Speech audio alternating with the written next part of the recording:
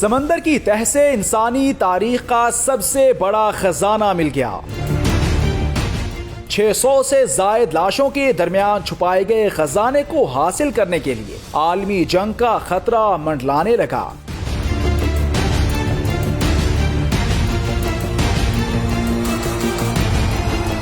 قیمتی ہیروں اور سونے سے بھرا خزانہ کس نے سمندر کی تہ میں چھپایا؟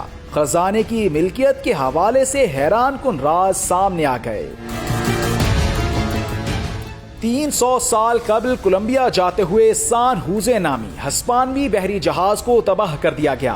بحری جہاز سونا، چاندی اور قیمتی ہیروں سے بھرا ہوا تھا، جن کی مالیت آج کے حساب سے اربوں ڈالرز میں ہے۔ اس قیمتی خزانے کو سمندر کی تہ میں ڈھونڈتے ساتھ ہی جنگ شروع ہو گئی۔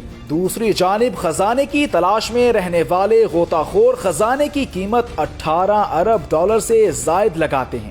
ماہرین آثار قدیمہ کہتے ہیں کہ سان ہوزے سمیت پوری دنیا کے سمندروں میں ہزاروں تباہ شدہ جہاز موجود ہیں، جنہیں وہیں رہنے دینا چاہیے جہاں وہ موجود ہیں۔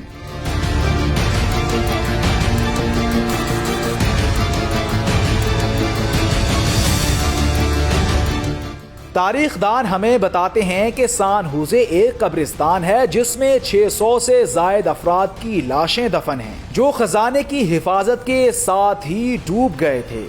بحری جہاز سان ہوزے سن 1708 میں پاناما سے کولمبیا کے شہر کارتاخینا کی طرف نکلا تھا۔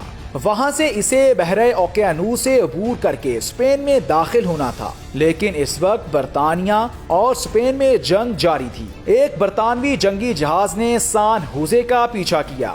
وہ اس جہاز پر قبضہ کر کے اس میں موجود تمام خزانہ حاصل کرنا چاہتے تھے، لیکن غلطی سے اس پر ایک گولہ داغ بیٹھے۔ سان ہوزے تباہ ہو گیا اور اس کا ملبہ سمندر کی تہ میں چلا گیا۔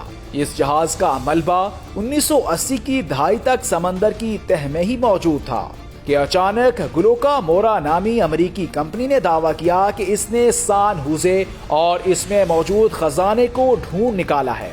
اس کمپنی نے کولمبیا کی حکومت کو راضی کرنے کی کوشش کی کہ اس جہاز کو سمندر سے باہر نکالا جائے اور خزانے کو آپس میں تقسیم کر لیا جائے، لیکن دونوں فریقین اس بات پر متفق نہیں ہو سکے کہ کس کا حصہ کتنا ہوگا، اور یہ معاملہ عدالتی کارروائیوں کی نظر ہو گیا۔ سن 2015 میں کولمبیا نے کہا کہ انہوں نے امریکیوں کی فراہم کردہ معلومات کے تحت خود ہی سان ہوزے کے ملبے کو ڈھونڈ نکالا ہے۔ اس کے بعد سے کولمبیا کی حکومت کا موقف رہا کہ گلوکا مورا کا تباہ شدہ جہاز یا اس کے خزانے پر کوئی حق نہیں۔ دوسری جانب اسپین کا کہنا ہے کہ سان ہوزے اور اس پر موجود سامان اس کی ریاستی ملکیت ہے۔ کولمبیا نے آبدوز کے کیمروں سے بنائی گئی سان ہوزے کی ایک ویڈیو بھی جاری کی ہے۔ اس میں جہاز کا ملبہ، کانسی کے گولے اور سونے کے سکے دیکھے جا سکتے ہیں۔ خزانے کی تلاش کرنے والی کمپنی کا کہنا ہے کہ جو خزانہ ڈوب گیا اس میں 70 لاکھ ہسپانوی کرنسی، 116 جواہرات کے بکسے اور 3 کروڑ سونے کے سکے شامل تھے، اور اسے انسانیت کی تاریخ کا سب سے بڑا خزانہ قرار دیا۔ تاہم کچھ لوگ ان تمام باتوں سے اتفاق نہیں کرتے۔ اقوام متحدہ کے مطابق دنیا بھر میں سمندروں کی تہ میں تقریباً 3 کروڑ تباہ شدہ جہاز موجود ہیں۔ یہ بات واضح نہیں کہ وہ کس کی ملکیت ہیں، اور اگر ان میں خزانے موجود ہیں تو انہیں حاصل کرنے کا حق کسے حاصل ہے۔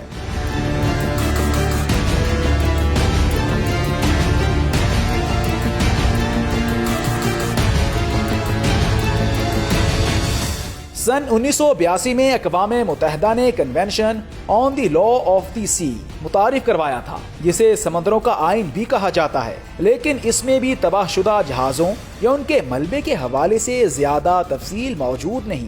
اسی سبب پھر اقوام متحدہ نے UNESCO under water cultural heritage 2001 convention متعارف کروایا۔ اس میں جہازوں کے ملبے کے حوالے سے کافی تفصیل شامل ہے، لیکن متعدد ممالک اس پر عمل کرنے سے گریزاں ہیں، کیونکہ انہیں ڈر ہے کہ اس وجہ سے سمندر میں موجود خزانوں پر ان کا دعویٰ کمزور پڑ جائے گا۔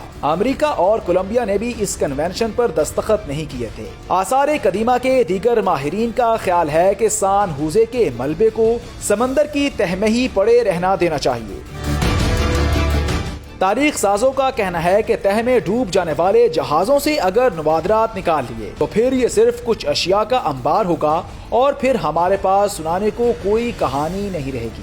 ہم سونا، چاندی اور ہیرے تو گن سکتے ہیں، لیکن پھر یہ سوال کون پوچھے گا کہ یہ خزانہ جہاز پر کیوں تھا، اس کا مالک کون تھا، وہ کہاں جا رہا تھا؟ یہ کہانی کہیں نہیں ہوگی۔ سان ہوزے کا خزانہ اس جہاز کے ڈوبنے کے سبب مرنے والے 600 افراد کی باقیات کے ساتھ سمندر کی تہ میں ہی رہنا چاہیے۔